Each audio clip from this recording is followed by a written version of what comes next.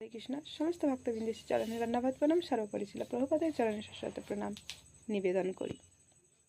আজকের গীতা পাঠ শ্রীমদ্ ভগবদ গীতা প্রথম অধ্যায় শ্লোক নম্বর 23। যৎসামানানং অবেক্ষে অহম যে এতে অত্র সমাগতা ধাতরাষ্ট্রস্য দুর্বুদ্ধে যুদ্ধে প্রিয় চিকিৎসব। অনুবাদ: ধৃতরাষ্ট্রের দুর্বুদ্ধি সম্পূর্ণ পুত্রকে সন্তুষ্ট করার বাসনা করে যারা এখানে যুদ্ধ করতে এসেছে তাদেরকে আমি দেখতে চাই। এর আগে অর্জুন বলেন, হে অচ্যুত, ভগবানকে বলেন, হে ভগবান, হে অচ্যুত, আপনি সেনায় উভয়ের মধ্যে দুই সেনানীর মাঝখানে আমার রথ স্থাপন করো, আমি দুই পক্ষের সেনাদেরকে দেখতে চাই। আজকে বলছেন যে যোৎসামা না মানে যুদ্ধ করার মানুষে,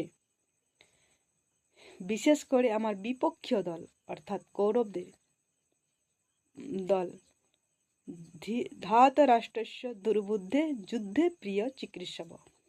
আমি বিশেষ করে এই ধৃতরাষ্ট্রের দুর্বুদ্ধি সম্পূর্ণ পুত্রদের দলে যারা যোগদান করেছেন তাদেরকে আমি দেখতে চাই। তো এখানে অর্জুন দেখতে চাইছেন কোথায় বলে না, ম্যাচুরিটি ইন দ্য গ্রেন্টেড। তো ম্যাচুরিটি হচ্ছে এই দুর্যোধনের পক্ষ। তো একবার ভগবান শ্রীকৃষ্ণ গিয়েছিলেন শান্তির প্রস্তাব নিয়ে দুর্যোধনের কাছে। তখন দুর্যোধন বলল যে সূর্যের আগায় যতটুকু মাটি ধরবে যুদ্ধ ছাড়া দেব না, বিনা যুদ্ধে নাই দেব সূর্যাগ্র মেদিনী, দেব না, যুদ্ধ করে জিতে নিতে হবে, যুদ্ধ ছাড়া কিছু দেব না।